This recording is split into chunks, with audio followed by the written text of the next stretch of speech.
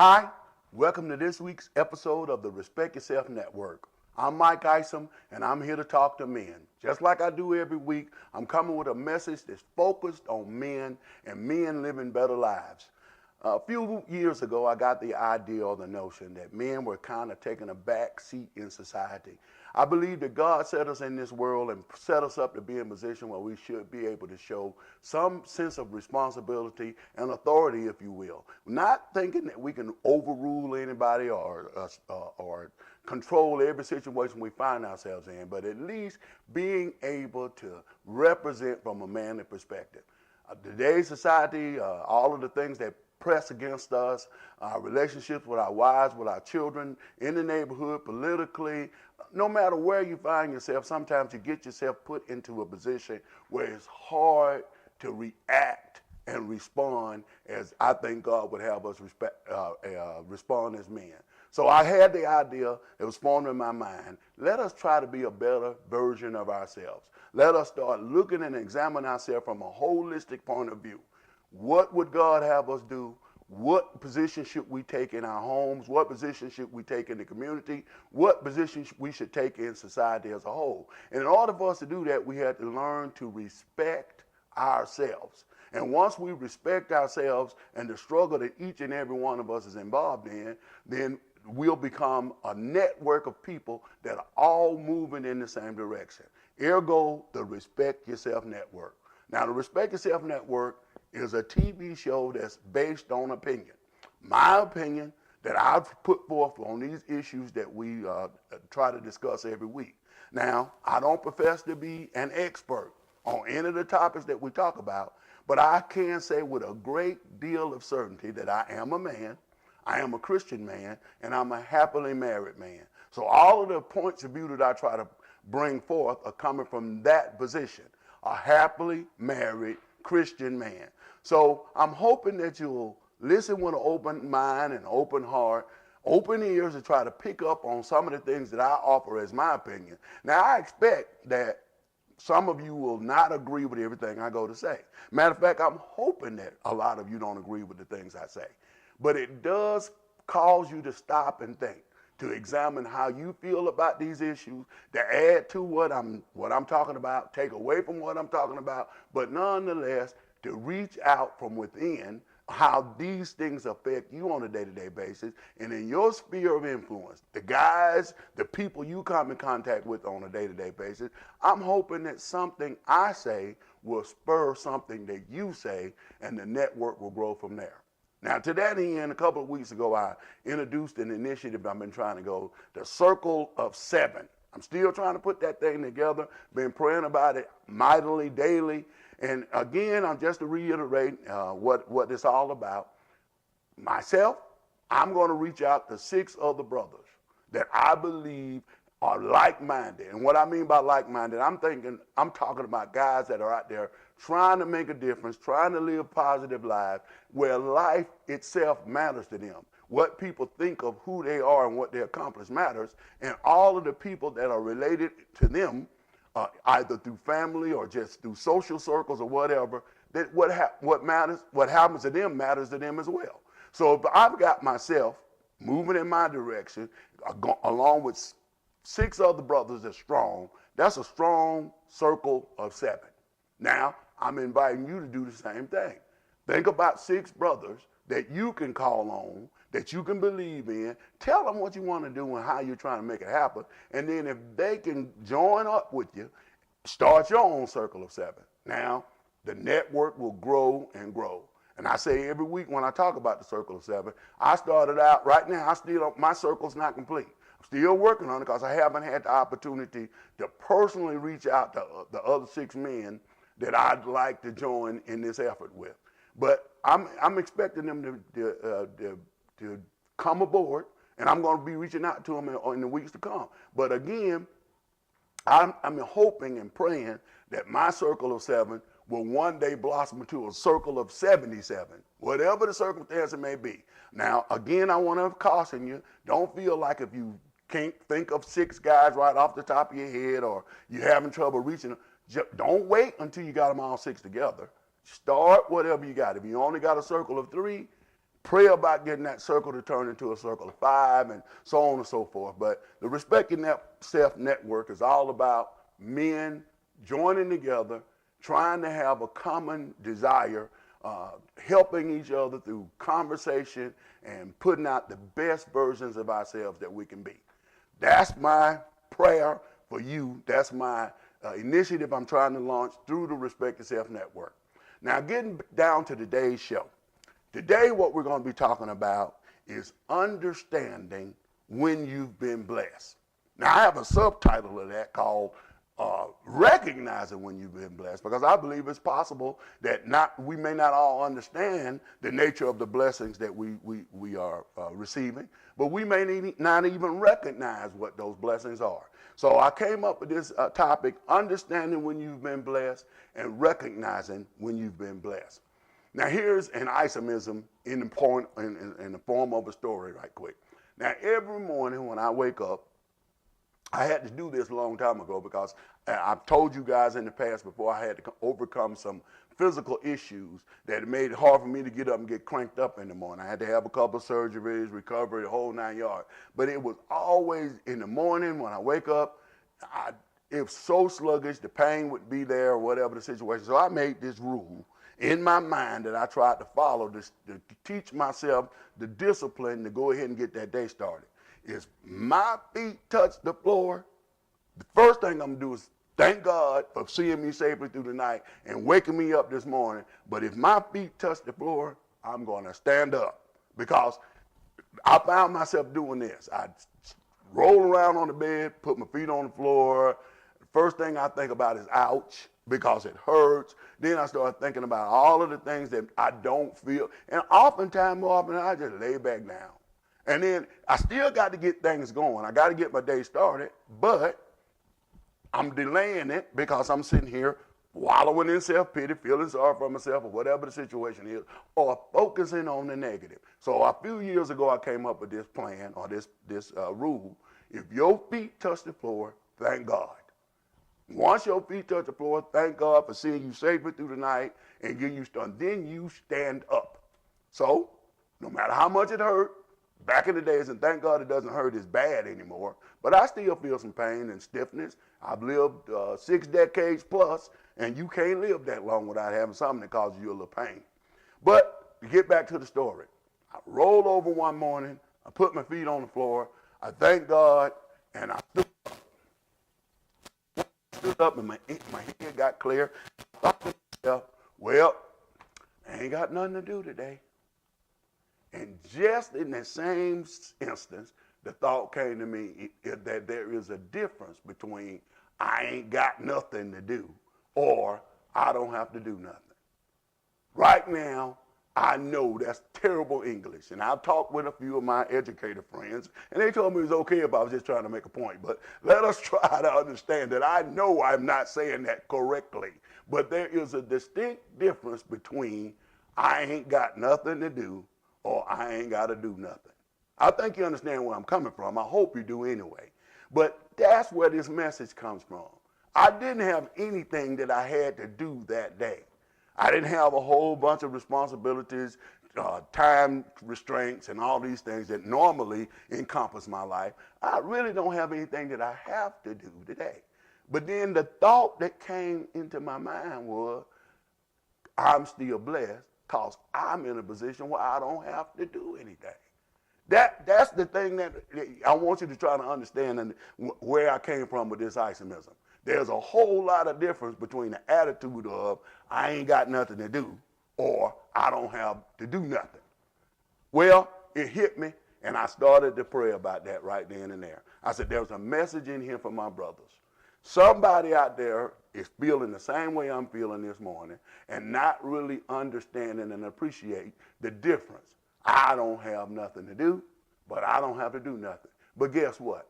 I'm in reasonable health. I'm in a comfortable environment. Those things that matter to me, those people that I care about the most in the world are all right. If I want to, I can pick up the phone and call them. I can reach out and touch them. I can see the blessings of just being who I am today, walking in the knowledge that I'm taken care of. I don't have to do it. I'm not fighting for my life. I'm not out here begging for food. I'm not out here going through all types of turmoil just to be comfortable. Now, there's a whole lot of days I wake up and I complain about I have a lot to do. I only have so many hours in a day, and I'm being pulled in a bunch of different directions trying to make things happen. But the question I ask myself, and I ask you to ask yourself, how much of that stuff that you have to do on a daily basis is because of your own desire, because of something you just want to get? In other words, you put pressure on yourself to make certain things happen. I still do it. I argue with myself about it, and I sometimes feel this angst come all over me because I feel like I'm trying to get something done, and I don't ever have enough time to do it. Well, when I stop and realize and take inventory on it, what happens is if I don't? One of the deacons in my church gave me an analogy one time that I like to use.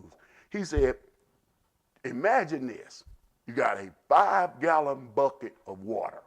It's filled all the way to the top. No more, you can't put any more water in there and spill over to the side. Well, take your arm and stick it in that bucket. Once you stick your arm in that bucket, well, guess what? Something else was added to the bucket. Everything's fine. Didn't really have a whole lot of effect on the water that's in there because of the volume and all the physical stuff. But the point is, pull your arm out. The bucket is still the same. Sometimes you got to look at life like that. What happens if all of a sudden, in the middle of this world that you work so hard to create and maintain, you're removed? The world is still going to be there. The situations that you so fervently involve yourself in on a day-to-day basis are still going to exist. So you put pressure on yourself to always be in the middle, always be the agitator, stirring things up, but nothing can happen or nothing can work well unless you do it. Well, that's me. I was that guy for a lot of years. Now, it served me in some circumstances and situations in that when I was out there trying to make my way in my profession and setting up networks and things of the nature that I've done to make money to put myself in the position I'm in today, I had to have some of that. I really needed to have that zest and zeal to get out there and want to be a part of everything and put my hands on everything. But a lot of pressure that went along with that wasn't necessary. And I carried that even over in this stage of life where I feel like sometimes if I don't make it happen, it just won't happen. But the reality of that situation is I'm putting myself in an unrealistic position of thinking I can control everything around me. That puts pressure on you as a man. That puts pressure on you physically, emotionally, and all of that stuff can work to our detriment. But staying in line with the message I'm trying to come across today, even if you find yourself in that situation, you still have to stop sometime and just understand the blessing that you're already receiving.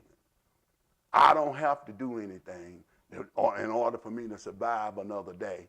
I don't have to because he is up there always in control, taking care of me. I am blessed in my goings and my comings. I'm blessed when I do well. I'm blessed when I don't do well. I'm blessed when I do right. And I'm blessed even when I do wrong. But sometimes I don't see that blessing. I don't understand or recognize that blessing. It reminds me of a story from the Bible. Of course, I always relate back to certain stories that had a profound impact on me. Well, one of those stories that I love to talk about was when Moses went into Egypt and delivered the children of Israel, and they went out in the desert or the wilderness or whatever circumstance you want to find, however you want to envision it. They were being led by their leader, and they believed in what he was doing, but they murmured and fought back against a lot of things that happened. Well, they got out there in the wilderness, and they didn't have any food. Well, you know the story. Those of us who have gone to Bible school and Sunday school and sat through a few sermons, you've heard this story. And you know that God prepared food for them on high, and they didn't have to work for that food. They didn't have to do anything for the food. The food just came out of heaven, and when they woke up every morning, the food was there. Now, there were some stipulations put on the food. Said, well, you can't waste any of it. You know, you got to eat it all. Don't try to save some for tomorrow. There's a biblical, spiritual lesson in there. But I want you to just envision this manna, as they called it in the Bible, from on high. Your sustenance was being prepared for you by other hands. And it was there for you every day. You expected it. You knew it was going to be there when you woke up that morning. That was a promise that was made from God through Moses, that all you had to do was just wake up and believe, and there would be food there. Manna from on high. Well, let's put that in today's perspective. Manna from on high comes in different forms, okay? I wake up every morning and get back that I don't have nothing to do and I don't have to do nothing. There's food in the refrigerator, okay? If there's no food in the refrigerator, there's food in the cabinet. If there's no food in the cabinet, there's food at Kroger or the grocery store, whichever one you try to go to. There's something there. Provisions are being made so you can get out there and get it. And even those people who are less fortunate, who don't really have a way of getting out there, don't have a refrigerator, don't have a pantry, may not have a way to get to Kroger or money to buy food. Somebody, somewhere along the line, is providing for them even then. So who's most blessed? Me, that have to get up and go in there and prepare my own food, have to go to the store and buy my food, and do all of these things, or that person who can't do any of those things but still eating every day by some means or mechanism. Manna from on high. Manna from on high comes in a whole lot of different forms. It doesn't have to be in the form of food. It can be in the form of health. Okay? Every day that your heart beats, thank God. Every time you take a deep breath, every time your eyes work, every time you can make a step. You know, for a lot of years, I couldn't walk very well. I used to walk on a cane, and it led to me shortening my career in law enforcement a little bit because I didn't feel like I could adequately perform the duties of a police chief walking around on a cane and you know, having to have people. I couldn't sit very long. I couldn't ride in the car very long.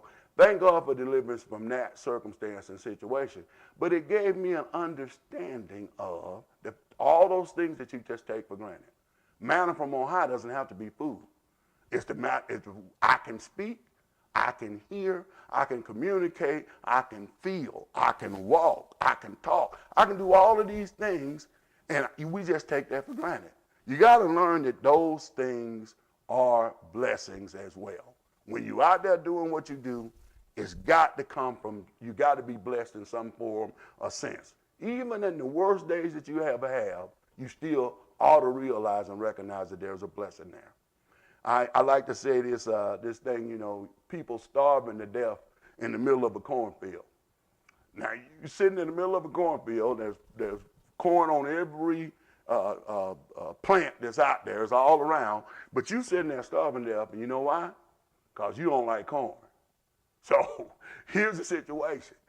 The point I'm trying to make is sometimes we put ourselves in serious straits or in dire circumstances because of our own personal preference, because we can't humble ourselves to accept less than what we think we want or what we deserve.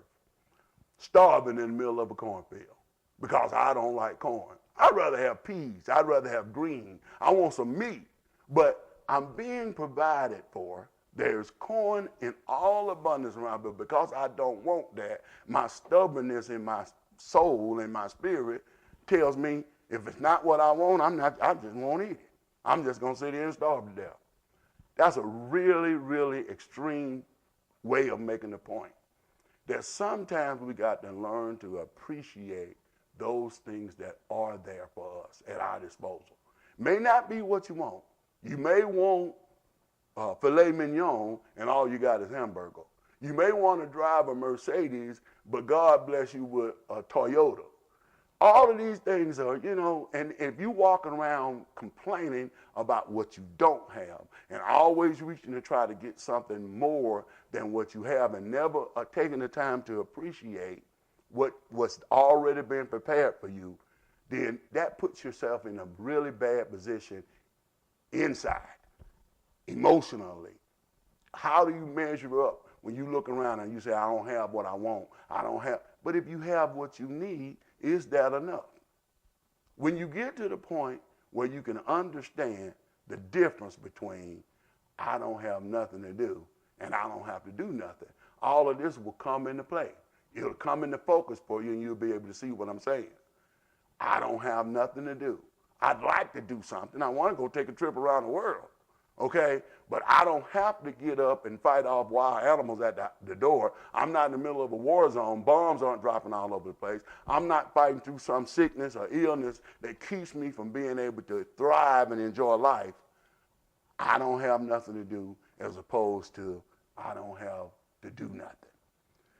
Blessed in the middle, but blind to the reality is a common malady in today's society. You still waiting on the blessing that you've already been thriving within.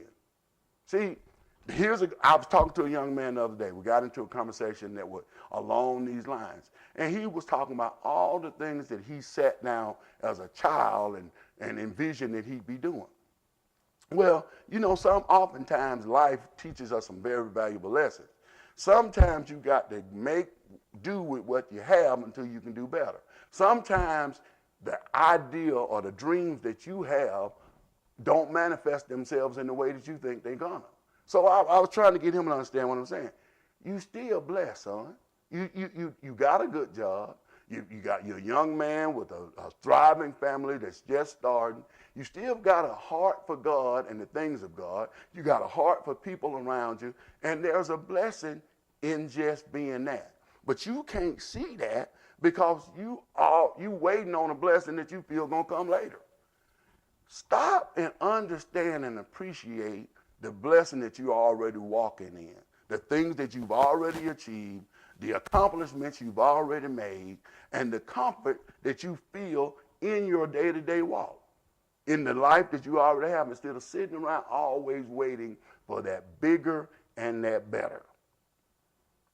Blessed to be a blessing to others is not just a spiritual cliche either. Now, what about that guy who has made his mark in the business world, on the football field, or basketball court, or even in the rap industry or whatever, that he's got more money than he can ever spend? I was looking at this thing that came out in Current Affairs the other day about Steph Curry, the basketball guy. They signed this multi-million-dollar contract for 4 or 5 years. Here this guy is not even 30 years old. He's going to be just gobs of money, more money than he can ever spend, more money than I've made in 60 plus years of living on this earth. He's going to make in the next 2 or 3 years. Okay?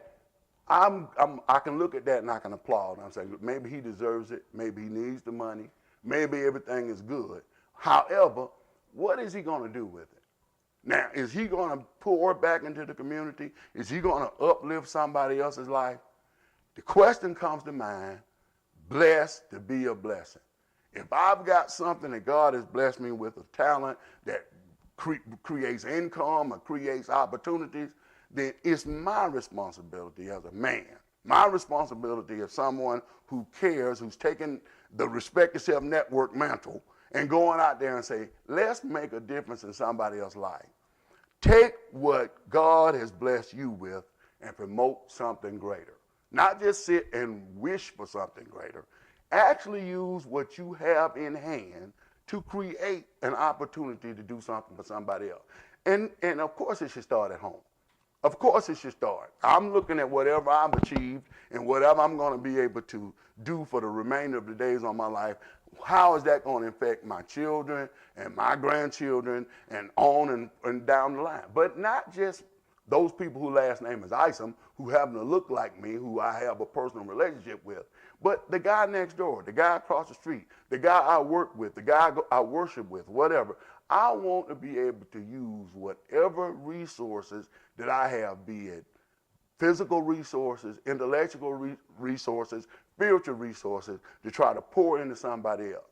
If I'm blessed, then I need to be a blessing to you. That is something I think we can all embrace. And once we start thinking that way, then we can stop sitting around worrying about what we don't have, what we'd like to have, and comparing ourselves to dreams that may not ever manifest and keep you from enjoying the day that you spend on a day-to-day basis. Sometimes we have to learn to get out of our own way. Overanalyzing every move that you make, everything that you do, is just as harmful to your happiness and well-being as procrastination, standing around and not doing anything.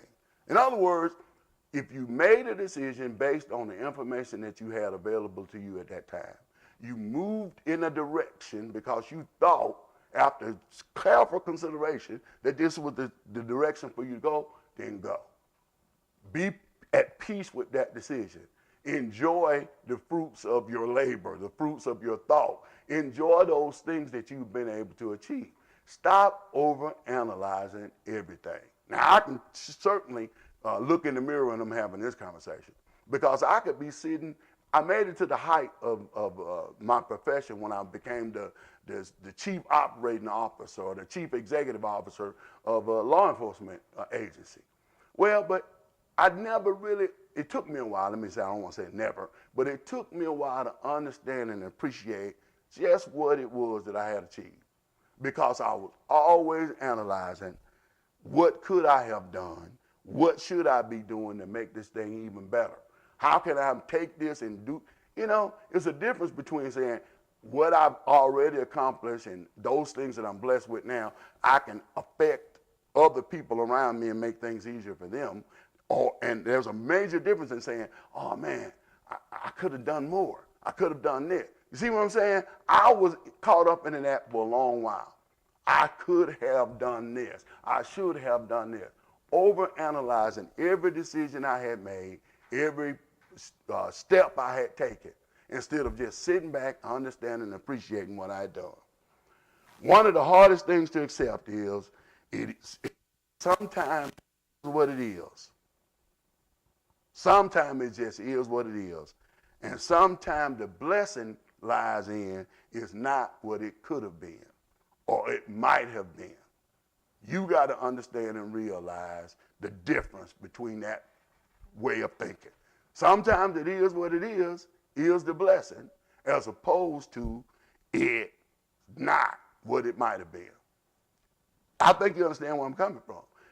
I got a job, and this job is not fulfilling all my needs that I thought, as far as my ego was concerned and all of these things, but I was able to get myself through some financial difficulties. I was able to own a house, buy a car, get my children through school and the whole 9 yards. It is what it is. There's a blessing in it is what it is, as opposed to it's not what it might have been. What if I was one of these people? I had an opportunity years ago, and here's another quick story. I would have been working in law enforcement for years, and I was upset and didn't think I was moving as quickly or as in a direction I wanted to move in as I thought I should have. So I had an opportunity. I had a friend of mine that worked for Eastern Airlines. And at that one time, Eastern Airlines hub was in Atlanta. And this guy was a big muckety-muck with Eastern. So I was talking to him and complaining about my life and my job and this. He said, why don't you just leave? He said, I can get you on at Eastern tomorrow. You'll be making what you're making now in 2 months. And in 2 years, you'll be double that. I guarantee you, with your education, with your personality, you can step away from where you are now, come over here with me, and we'll go and we'll do. I filled out the application, typed up the resume. I did the whole 9 yards. I prayed about it, I talked about it, but I never could get that relief. I never could get that release in my spirit that this is what I should be doing. So I procrastinated, I waited. The guy was calling me, come on, man, bring the thing. I've already talked to the people that's doing the hiring. They're just waiting on you to show up. In the end, of course, since you know about my story as much as you know now, I didn't go. I decided to stay where I was. I decided to tough it out and see if there was something in it that I just couldn't see. Well, if you've been around the Atlanta area for more than 25 years, you understood what happened, or you know what happened. Had I left when I did and switched over and went to work for Eastern Airlines, 18 months later, I would have been unemployed with no benefits, no nothing, because Eastern Airlines folded and blew away like the dust. And even the guy that was trying to help me get on came back to me later and wanted me to help him find something to carry out the last few years of his productive life, because he was not yet retirement age, had been working for Eastern for years, and they had nothing to offer him. And I sit there and I thump to myself, thank you. Okay, had I made that move and gone over there, where would I be? Where would my children be? Where would I be living? What would I be driving? How would I be eating on a day-to-day basis? Because I did not make that move. I didn't follow the apple, the golden palace in the sky dream. I stuck it out and did what I had to do. Now, I'm sure that somebody's sitting out there going, yeah, there's a whole lot of people that stuck it out and did this and it didn't work out. But the point I'm trying to make is sometimes it is what it is. Sometimes you got to persevere and deal with where you are and just say, thank God it is what it is, and thank God it's not what it might have been. I ain't got nothing to do, and I ain't got to do nothing. I respect you, brothers. I hope you respect me, but above all, respect yourself. This has been the Respect Yourself Network. Thank you for tuning in. We'll get back with you real soon with another topic.